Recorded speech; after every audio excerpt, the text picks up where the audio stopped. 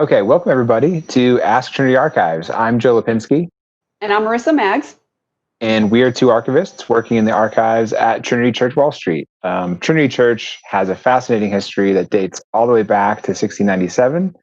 And in this new video series, we'll be sharing pieces of that history with you through questions that you, the audience, ask of us, the archives. Question is, where exactly is Philip Hamilton buried? The burial location of Philip Hamilton, Alexander and Eliza's oldest son, actually their eldest child altogether, remains a bit of a mystery. He is buried somewhere at Trinity Church, we know that, but exactly where, we don't know. And a few of the other documents in the archives that we have relating to Alexander and his family's story and their time at Trinity, one of those things is a burial register, which covers the year 1801. That's the year that Philip died in a duel with a young lawyer named George Eaker, who happens to be buried at St. Paul's churchyard.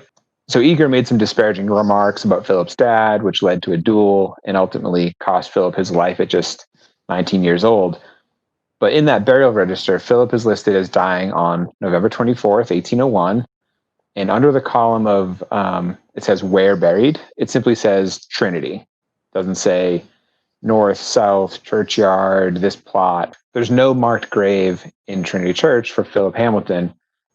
So the thought is that because Philip died in a duel, which wasn't outlawed in New York until 1804, but was still severely frowned upon when he died in 1801, the thought is that perhaps he was buried in either an unmarked grave or perhaps a grave just outside the bounds of the churchyard.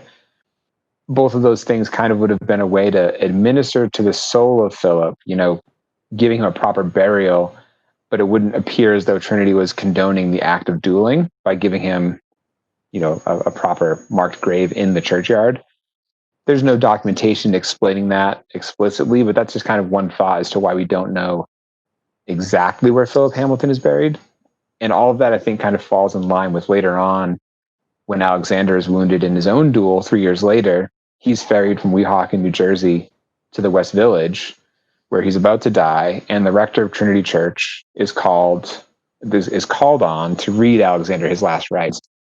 And the rector at that time, Benjamin Moore, he kind of balks and refuses at first because of the act of dueling. However, Moore did eventually read him his last rites after Hamilton denounced dueling, but it shows, again, that in the church's mind, dueling was frowned upon, and it had a real effect on how these acts like burial and last rites would be administered under the context of dueling. That's all we have for today, but we'd love to hear from you. If we welcome any questions you might have. Thanks for tuning in.